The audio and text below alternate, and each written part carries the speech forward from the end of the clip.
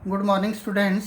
आइए आज हम पाठ एक सूरदास के पद के जो महत्वपूर्ण अन्य प्रश्न हैं उनको करते हैं।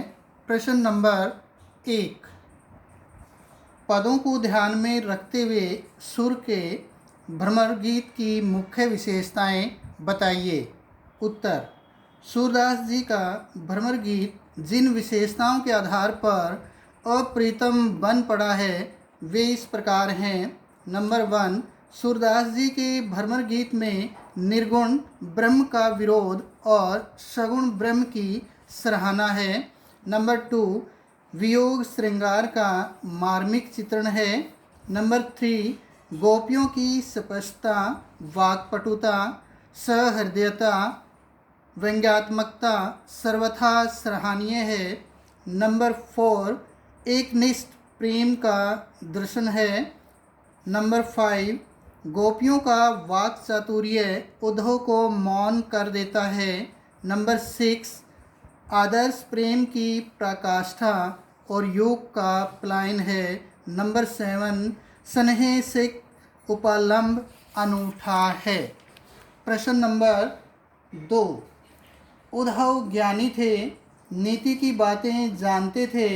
गोपियों के पास ऐसी कौन सी शक्ति थी जो उनके वाक चातुर्य में मुखरित हो उठी।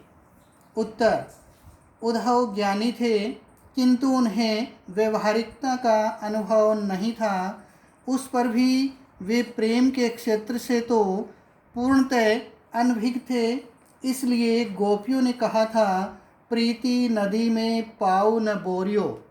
इस कारण व्यवहारिक ज्ञान के अभाव में गोपियों की वाक पटुता के सम्मुख उद्धव को विवश हो चुप रहना पड़ा। इसके अलावा गोपियों के पास श्री कृष्ण के प्रति प्रेम, असीम लगाव और समर्पण की शक्ति थी। वे अपने प्रेम के प्रति दृढ़ विश्वास रखती थी। यह सब उनके वाक चातुर्य में मुखरित हो उठा। प्रश्न नंबर 3, उद्धव गोपियों की मनोदशा क्यों नहीं समझ सके। उत्तर, उद्धव पर योग ज्ञान का जुनून सवार था। ज्ञान के दर्पण में उन्होंने गोपियों के आदर्श प्रेम को समझने का भी प्रयास नहीं किया।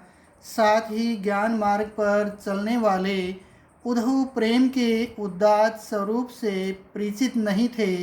इस अनभिज्ञता और दर्प के कारण वे गोपियों की मनोदशा समझ नहीं सके।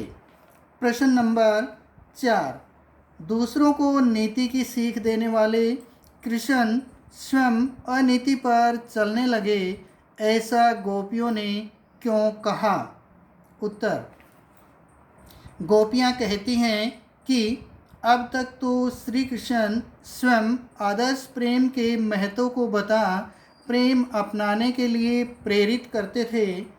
प्रेम के अभाव में जीवन की सार्थकता नहीं है, ऐसा कहकर स्वयं ही हमारे मध्य रहकर प्रेम मगन रहते थे। अब वही श्री कृष्ण आदर्श प्रेम को छोड़कर ज्ञान योग के संरक्षक बन गए हैं। इससे ऐसा लगता है कि दूसरों को नीति की सीख देने वाले कृष्ण स्वयं अनीति पर उतर आए हैं। प्रश्न नंबर 5, सूरदास के भ्रमर गीत के पीछे उनका क्या उद्देश्य रहा है। उत्तर, सूरदास जी ने गोपियों के माध्यम से साकार ईश्वर प्रेम में आस्था प्रकट की है और उसे ही महिमा मंडित किया है। उद्धव जैसे ज्ञानी को चुप कराकर योग ज्ञान को गौण सिद्ध किया है। साकार ईश्वर प्रेम की ही चित्त को स्थिर कर सकता है। योग ज्ञान निर्गुण ईश्वर के प्रति आस्था को स्थिर बनाए रखने में चित्त की चंचलता अवरोध खड़ा करती है। तो बच्चों, ये थे आज के क्वेश्चन आंसर। आप इन्हें लिखेंगे अपनी नोटबुक में और याद करेंगे। धन्यवाद।